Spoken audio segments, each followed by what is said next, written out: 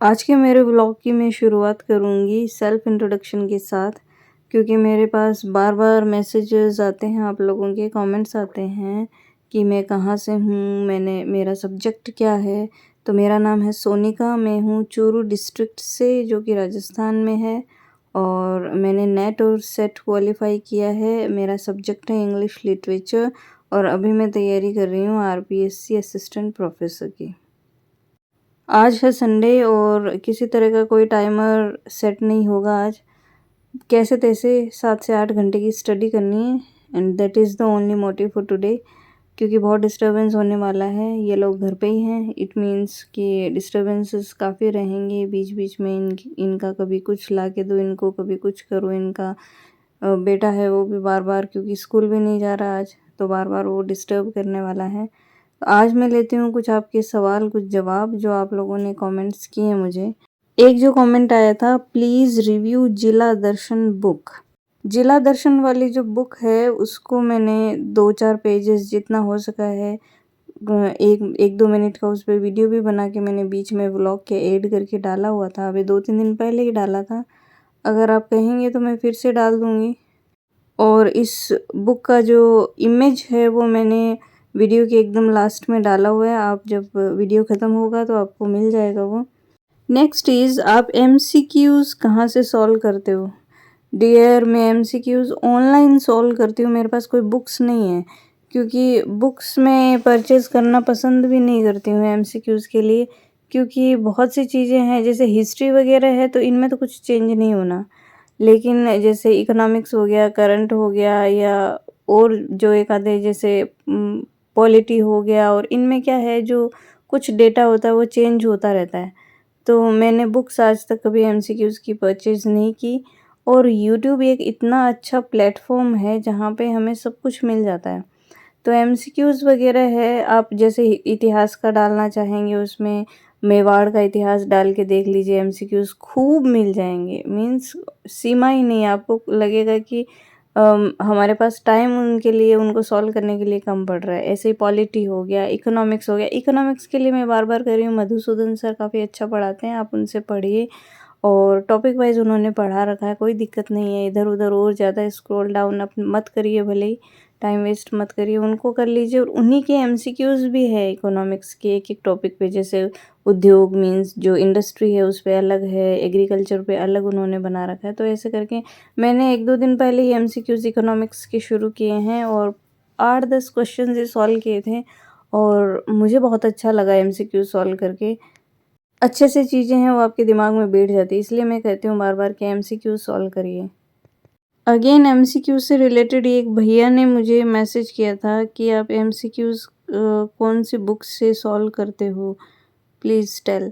मैं फिर बताती हूँ कि मैं किसी भी बुक से एमसीक्यू सॉल्व नहीं करती हूँ। मैंने अपनी बुक्स कुछ परचेज़ की हुई हैं। बुक्स के लिए, चाहे वो इंग्लिश लिटरेचर का हो और चाहे जीके वाला पेपर के लिए हो, उनकी बुक्स कौन-कौन सी मैं पढ़ रही हूँ या मैंने कौन-सी बुक सजेस्ट की है, उनके बारे में मैंने बातचीत प्लेलिस्ट है मेरे चैनल पे, उसमें डाल रखे हैं, जिसमें 10-12 वीडियोज़ हैं बातचीत के नाम से। तो वहाँ पे आप देखेंगे तो उनके थंबनेल पे ही आपको बड़ा-बड़ा शब्दों में लिखा हुआ मिल जाएगा।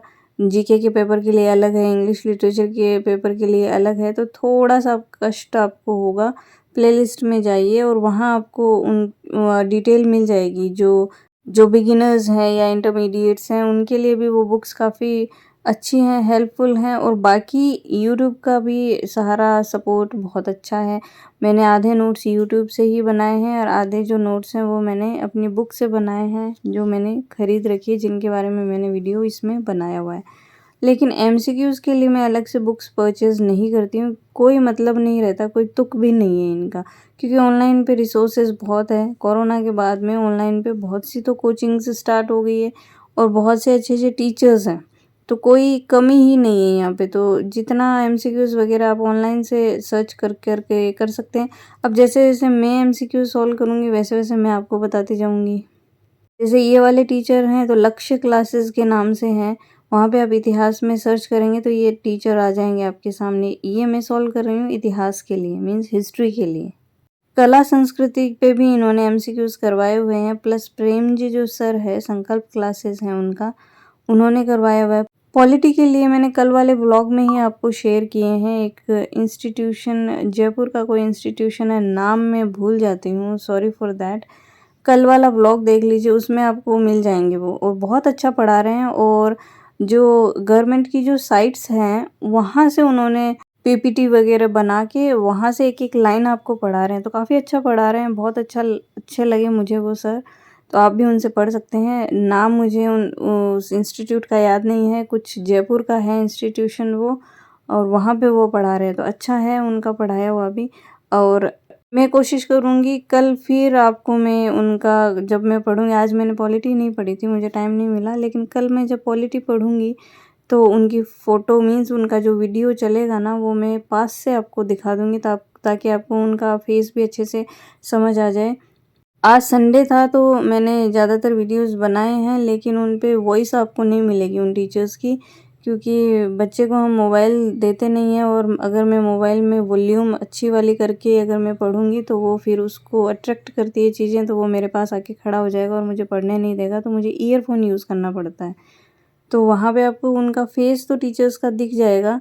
और एक चीज़ और हो रही थी कि अभी पिछले 5-6 दिनों से मैंने 4K में वीडियो शूट नहीं कर पाई थी। मुझे पता ही नहीं चला कि 480 वाला जो क्वालिटी है उसी पे चल रहा था वीडियोस। तो हो सकता है आपको पिछले 3-4 जो 5-6 वीडियो है उनमें वो क्वालिटी नज़र ना आए, जो मेरे वीडियोस जो पहले वाले उनमें थी। तो आज मैंने उसको अभी अब कर लिया है सही। तो आगे से आपको वीडियो की क्वालिटी अच्छी मिल जाएगी, जिसमें आपको विजिबल हो चीज़ें, एकदम क्लियर हों। कई वीडियोस में ऐसा भी होता है कि कैमरा है वो बहुत ज़्यादा ब्राइट होता है, ब्राइट इन द सेंस कि जो रोशनी होती है दिन में या लाइट आसपास जल रही होती है, तो उतना वो मीन्स धुंधलापन सा आ जाता है।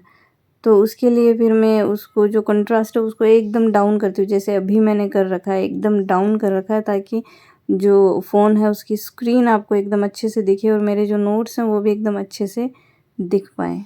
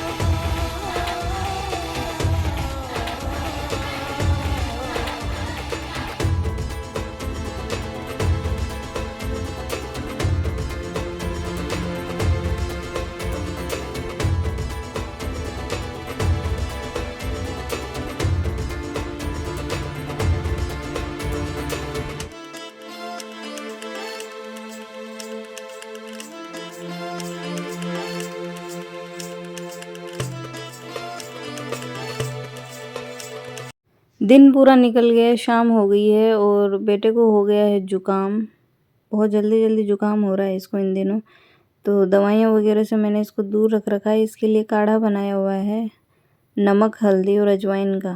तो 1 आधे दिन पिएगा तो ठीक हो जाएगा, क्योंकि दवाइयों से फिर बच्चा ज़्यादा ग्रोथ नहीं कर पाता उतने अच्छे से। अब चूँकि इसमें खूब सारा नमक है तो उसको पीने में बहुत ज़ोर आ रहा है। मैं उसको कह रही हूँ नाक बंद करके पी जा, नहीं मानेगा, और एट लास्ट मेरे पास जो साधन रहेगा वो रहेगा चिमटा। उसके आने के बाद वो फटाफट से पिएगा। आपको दिखाती हूँ मैं कैसे, देखिए। चिमटा आया नहीं कि फटाफट से पूरा पी लिया उसने काढ़ा। अब समय हो गया है इसने जो रायता फैलाया है उसको साफ़ करने का। उसके बाद मैं सीधे जाऊँगी किचन में, किचन का काम ख़त्म करके फिर सीधे जाऊँगी मैं नहाने के लिए। गर्मी बहुत ख़तरनाक है यहाँ पे, और उसके बाद मैं पढ़ने के लिए बैठूँगी। आधा 1 घंटा जितना पढ़ा जाएगा, क्योंकि आज की मेरी 7 से 8 घंटे की पढ़ाई वैसे हो चुकी है। लगेगा कि हिम्मत है तो और पढ़ लूँगी। वैसे संडे है तो इन्होंने मुझे दोनों ने भगा-भगा के वैसे भी थका दिया है। थोड़ा पढ़ने के बाद आधा घंटा लगता है मुझे वीडियो की एडिटिंग और वॉइस ओवर वगैरह करने में, तो वो करके फिर सोऊंगी और कल कोशिश करूँगी। फिर 2-3 दिनों से वैसे तो मैं जल्दी उठ रही हूँ, पर फिर से कोशिश करूँगी कि मैं जल्दी उठ पाऊँ, क्योंकि जल्दी उठना मेरे लिए मीन्स खतरनाक है बहुत। रात को लेट तक सुबह तक मैं जग लेती हूँ, लेकिन सुबह जल्दी उठ के पढ़ना मेरे लिए है तो थोड़ा मुश्किल ही। पहले तो मैं जब मैं आरएस की तैयारी कर रही थी और जब सेट नेट कर रही थी तब मैं उठ जाती थी, लेकिन इन दिनों मेरे से सुबह नहीं उठा जा रहा। मैंने बहुत कोशिश की। एक मेरी बहन ने मुझे एडवाइस भी किया कि आप सुबह फ़ोन को दूर रखिए और फिर उठेंगे तो आप वापस आपको सोना नहीं पड़ेगा, लेकिन मैंने सारे हथकंडे अपना के देखे हैं और फ़ोन वगैरह मैं कभी भी पास में नहीं रखती हूँ। मैंने आपको कई बार बताया है, अगर आप मेरे से शुरू से कनेक्टेड हैं तो मशीनरी वगैरह मुझे इतनी पसंद नहीं है, गैजेट्स वगैरह को मैं इतना पसंद नहीं करती हूँ। अभी तो इन दिनों काफ़ी यूज़ करना पड़ रहा है, ये मजबूरी है। बाकी फ़ोन वोन पूरे दिन में मैं कोई एक आधी बार ही संभालती हूँ, मतलब संभालती थी। अभी तो बहुत काम करना पड़ रहा है, पढ़ना पड़ रहा है, तो लगातार रहता है हाथ में ही। तो फ़ोन दूर रख के, दूर भी कितना, हॉल मेरा बहुत बड़ा है तो एक कोने में रख के आती हूँ। जैसे ही बजता है उठ के भागती हूँ और पता नहीं नींद में कब मैं उठ के उसको बंद भी कर देती हूँ और सो जाती हूँ। फिर सुबह जब आँख खुलती है तो वो मुझे नज़दीक पड़ा हुआ मिलता था। हो सकता है ये मेरी नींद जो 4 घंटे की लगभग हो रही थी तो उसकी वजह से होगी। नींद में कब मैं उठ गई और कब मैं वापस आके सो गई पता ही नहीं चल रहा। तो इन दिनों तो मैंने 3-4 दिनों से शेड्यूल बना लिया है, सुबह उठ के 4 नहीं तो हाईएस्ट 5 बजे तो मैं उठ ही जाती हूँ। फिर आधा घंटा मुझे और चाय वाय बनाने में, अपनी जो हर्बल टी मैं लेती हूँ उसमें, और दैनिक जो नित्य कर्म है उनसे निवृत्त होने में और सब में मुझे आधा घंटा लग जाता है। फिर मैं एकदम फ्रेश माइंड होके आराम से बैठती हूँ पढ़ने के लिए। तो 5 बजे, सवा 5 बजे मैं बैठ जाती हूँ, कोई दिक्कत नहीं है। अभी मुझे कोई बहुत ज़्यादा बर्डन नहीं है, क्योंकि सब्जेक्ट मैंने अभी साइड में रखा हुआ है 5-7 दिनों के लिए, और जीके में जम के पढ़ रही हूँ और टोटली मैं सेटिस्फाई हूँ, कोई दिक्कत नहीं है। अब जब आरपीएससी कुछ अनाउंस कर देगी उसके बाद देखेंगे क्या करना है और कितना ज़्यादा पढ़ना है। अभी मेरी 5 घंटे की नींद हो रही है, आराम से चीज़ें हैंडल हो रही है, जितने हो रही है उतने करते हैं, देखते हैं क्या होता है।